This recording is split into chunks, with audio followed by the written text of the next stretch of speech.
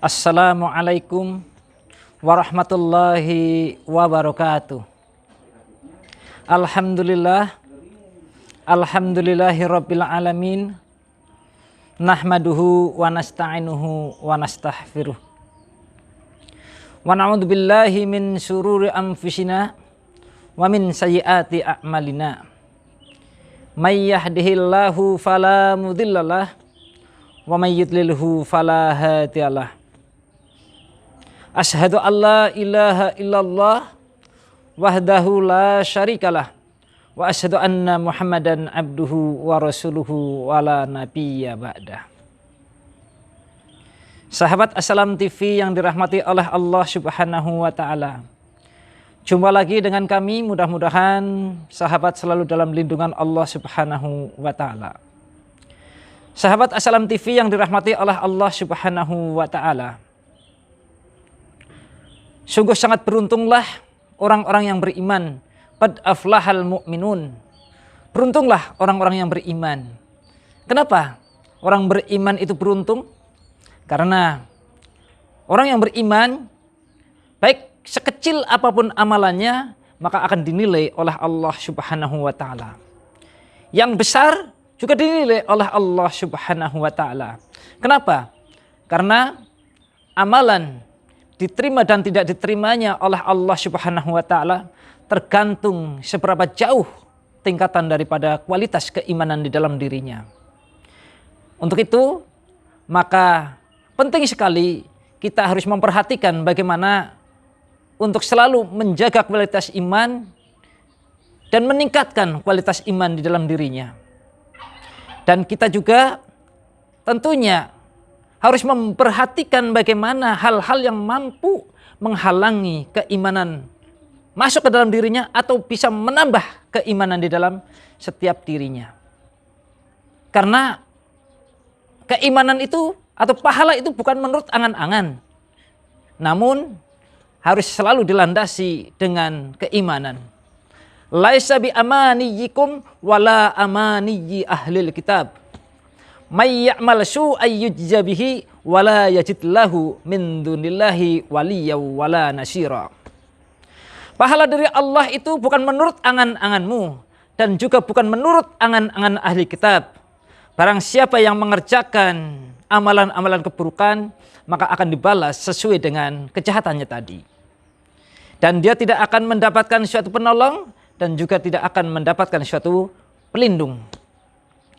Sahabat Assalam TV yang dirahmati oleh Allah Subhanahu wa taala. Oleh karena itu, karena iman ini yang akan melandasi diterima dan tidak diterimanya amalan-amalan, maka sangat penting sekali memperhatikan tadi.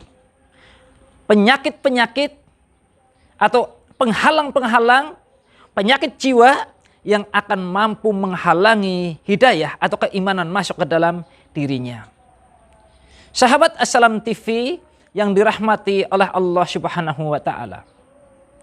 Adapun penghalang yang pertama adalah yang sering terjadi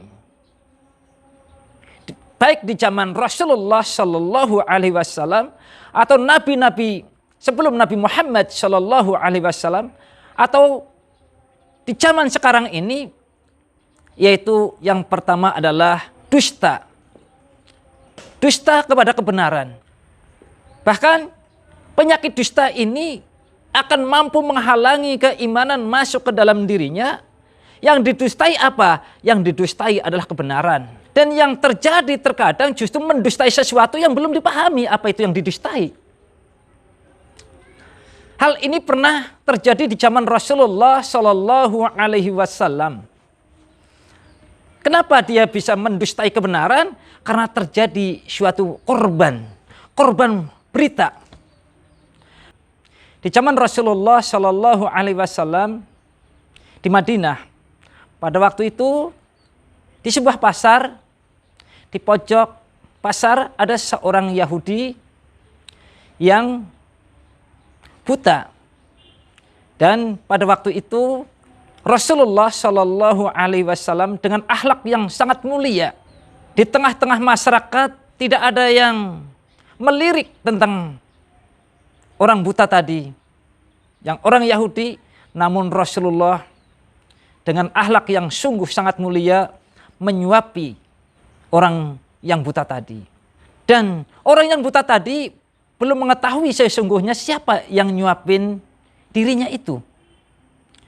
Namun di saat Rasulullah Shallallahu Alaihi Wasallam menyuapi orang tersebut, justru orang tersebut selalu mencaci maki orang yang di hadapannya itu, yaitu Rasulullah Shallallahu Alaihi Wasallam, dengan kata-kata yang sungguh sangat kasar.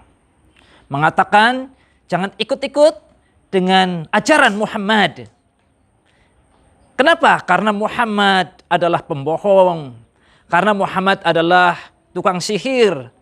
Karena Muhammad pemecah belah umat. Dan seterusnya.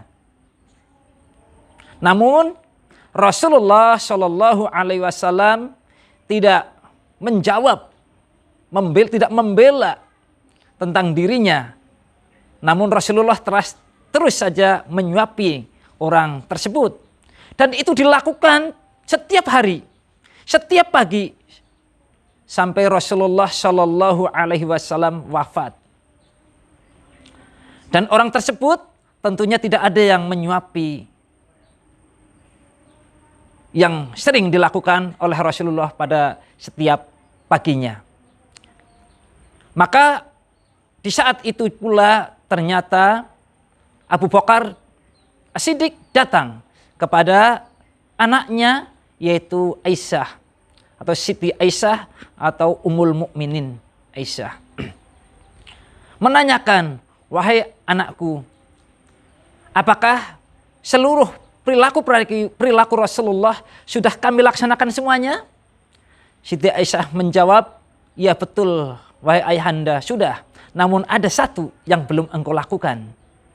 Seperti Rasulullah Shallallahu Alaihi Wasallam. Lalu Abu Bakar menanyakan kepada Aisyah, lalu apa yang belum saya lakukan wahai anakku? Maka Aisyah menceritakan bahwa perilaku Rasulullah setiap pagi itu selalu menyuapi orang buta Yahudi yang ada di pojok pasar tadi. Maka seketika itu Abu Bakar berjanji ingin menggantikan perilaku Rasulullah, perbuatan Rasulullah yang apa? Yang setiap pagi nyuapin orang tersebut. Maka dengan semangat yang luar biasa, Abu Bakar datang ke pojok pasar tadi, ingin menemui seorang Yahudi tadi yang buta untuk nyuapin orang tersebut. Namun ketika dilakukan oleh Abu Bakar As-Siddiq tadi, dia menyuapin, justru orang Yahudi tadi bukan gembira, namun justru mengatakan, ini siapa yang melakukan atau yang nyuapin saya? Biasanya cara nyuapin tidak begini. Cara nyuapinnya sangat lembut. Dia orangnya baik, tidak kasar seperti engkau.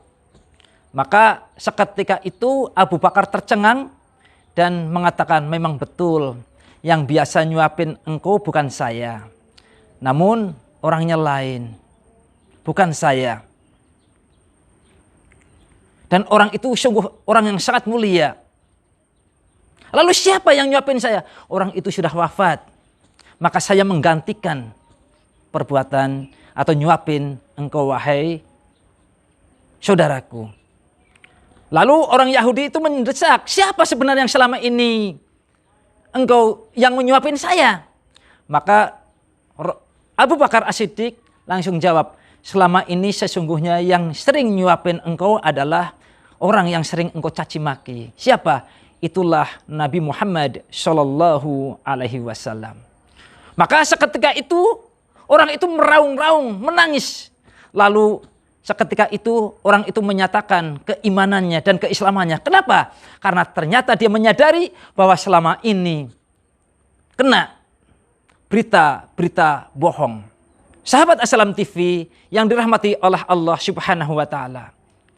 Ternyata ada orang yang menolak kebenaran Islam karena belum tahu dan sudah menolak duluan. Apa itu ajaran Islam yang sesungguhnya? Allah Subhanahu wa taala menjelaskan dalam surat Yunus ayat yang ke-39.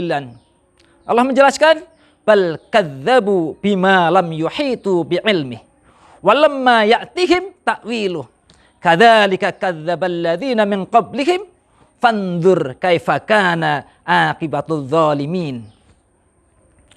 Bahkan yang sebenarnya mereka telah mendustakan apa yang belum mereka ketahui dengan sempurna dan juga belum mendapatkan penjelasannya. Maka demikianlah yang terjadi pada umat-umat sebelum engkau telah mendustakan Rasul. Fandur kaifa kana akibatul zalimin. Maka perhatikanlah akibat terhadap orang-orang yang zalim. Nah, ini yang terjadi. Terkadang di masyarakat zaman Rasulullah, Nabi Muhammad Shallallahu Alaihi Wasallam, atau umat-umat sebelum Nabi Muhammad Shallallahu Alaihi Wasallam, atau bahkan bisa saja terjadi di zaman sekarang, orang mendustakan kebenaran padahal belum tahu apa yang didustakan. Orang curiga kepada seseorang tetapi belum tahu apa yang dicurigai. Orang itu menolak ajakan orang, belum paham diajak kemana orang itu. Jadi mendustai suatu kebenaran padahal belum tahu apa yang didustai tadi. Dengan sempurna, ilmu belum datang sudah menolak. Dan juga belum pernah mendapatkan penjelasan apa yang ditolak itu. Nah, ini terjadi di zaman Rasulullah sehingga banyak sekali korban-korban dari kalangan orang-orang yang belum paham tentang kebenaran tapi sudah menolak duluan. Berbeda dengan orang-orang yang intelektual. Justru mereka menolak karena sudah tahu benar. Justru yang terjadi ini menolak belum tahu. Sahabat Assalam TV yang dirahmati oleh Allah Subhanahu wa taala. Orang-orang yang awam, orang-orang yang tidak memahami suatu ilmu dengan benar, ini terjadilah suatu korban yang dimanfaatkan oleh siapa? Orang-orang yang intelektual, namun ada penyakit kedengkian dalam jiwanya. Sehingga dia kena korban-korban berita bahwa apa? Informasi Islam itu kejam. Islam itu intoleran. Islam ini justru memecah belah. Nah, padahal tuduhan-tuduhan tadi terbantahkan dengan apa? Justru Rasulullah nyuapin orang Yahudi yang ada di pojok masjid ini bentuk dari toleran Islam. Maka seyogianya dengan adanya hal yang demikian, umat Islam harus sadar bahwa apa? Ternyata banyak orang yang menolak kebenaran tapi belum tahu apa yang ditolak. Inilah penyakit hati kurang sabar mendengarkan penjelasan dari orang yang ingin menjelaskan Islam dengan benar. Sehingga lebih, kenapa? Karena ada sudah terlanjur figuritas kepada seseorang. Sehingga hanya satu informasi yang diterima tanpa mau menerima informasi dari yang lainnya. Nah, inilah kena korban penyakit hati. Maka harus kita mempunyai kesadaran menyembuhkan penyakit hati tadi, yaitu legowo ketika ada informasi, dengarkan dengan baik, lalu teliti kebenarannya. Jangan langsung menyimpulkan sesuatu yang sebenarnya belum tentu kebenarannya. Yang kedua, penyakit hati yang akan menghalangi keimanan atau hidayah masuk ke dalam jiwanya, atau keimanan bisa bertambah dalam jiwanya, yaitu yang berikutnya adalah teles, bandel dan malas. Umat Islam harusnya umat yang disiplin, umat yang rajin, umat yang selalu semangat dalam kehidupannya. Namun yang terjadi baik penolakan-penolakan orang yang tidak beriman, menolak keimanan, ini yang terjadi adalah adanya suatu kemalasan menjalankan kebenaran. kemalasan menjalankan suatu amalan-amalan Islam, kemalasan melaksanakan perintah-perintah Rasulullah Shallallahu Alaihi Wasallam yang berakibat menjadi bandel. Maka malas dan bandel ini sesuatu yang bisa menghalangi hidayah masuk ke dalam jiwanya. Di mana Allah Subhanahu wa taala berfirman, "Innama kana qaulal mu'minina idza du'u ilallahi wa rasulih liyahkuma bainahum ayyaqulu sami'na wa ata'na wa ulaika humul muflihun." Di mana hanyalah orang-orang yang beriman kepada Allah dan Rasul-Nya apabila mereka dipanggil oleh Allah dan Rasul-Nya untuk menetapkan suatu ketentuan-ketentuan, maka orang-orang yang mukmin tadi hanya sebutannya adalah sami'na wa ata'na. Kami dengar dan kami taati. Dan mereka itulah adalah orang-orang yang muflihun, orang-orang yang beruntung. Jadi orang-orang yang beriman ketika ada suatu ketetapan-ketetapan yang dari Allah dan Rasul-Nya, dia akan selalu semangat untuk menjalankan kebenaran itu. Tidak malas dan tidak bandel membangkang. Allah Subhanahu wa taala berfirman dalam surat Al-Ahzab ayat ke-36, A'udzu billahi minasyaitonir rajim. Wa ma kana lil mu'minin wala mu'minatin idza qadallahu wa rasuluhu amran ayyakuna lahumul khiyaratu min amrihim. Wa may ya'sillaha wa rasulahu faqad dhalla dhalalan mubina. Tidaklah pantas bagi laki-laki yang mukmin dan juga bagi perempuan-perempuan yang mukmin apabila Allah dan Rasul-Nya telah menetapkan suatu ketetapan, akan ada pilihan yang lain tentang urusan mereka. Dan barang siapa yang mendurhakai Allah dan Rasul-Nya, maka dikatakan faqad dhalla dhalalan mubina. Maka dia sungguh orang yang tersesat dengan kesesatan yang sangat jauh. Dengan kesesatan yang nyata. Sahabat Assalam TV yang dirahmati oleh Allah Subhanahu wa taala. Allah dan Rasul-Nya punya ketetapan. Allah dan Rasul-Nya ada suatu keputusan-keputusan yang harus dilaksanakan oleh kita sebagai umat Islam. Nah, keputusan-keputusan itulah ketika kita laksanakan namanya ibadah kepada Allah Subhanahu wa taala. Nah, ibadah kepada Allah ini ada yang sifatnya mahdhah, ada yang sifatnya ghairu mahdhah. Nah, baik yang mahdhah atau yang ghairu mahdhah, yang berhubungan kepada sesama manusia atau yang langsung kepada Allah Subhanahu wa taala, semua harus dilaksanakan. Dan semua terkandung di dalam Al-Qur'an dan As-Sunnah. Maka wujud daripada ketaatan kepada Allah dan Rasul-Nya ini adalah taat kepada ketentuan-ketentuan Allah dalam aplikasinya, yaitu mengaplikasikan Al-Quran, dan kepada As-Sunnah, yaitu contoh-contoh daripada Rasulullah Shallallahu Alaihi Wasallam. Baik yang itu dirasa sesuai dengan keinginan kita atau yang tidak sesuai dengan keinginan kita. Tidak boleh dipilih-pilih, semua harus dilaksanakan. Kenapa? Karena inilah yang akan mendorong, yang akan mendukung bagaimana keimanan, keyakinan kita masuk ke dalam jiwa kita. Karena ketika kita taat kepada Allah dan Rasul-Nya, ini akan menjadikan energi, penyemangat keimanan di dalam jiwa kita. Dan tidak boleh dipilih-pilih ajaran-ajaran tadi.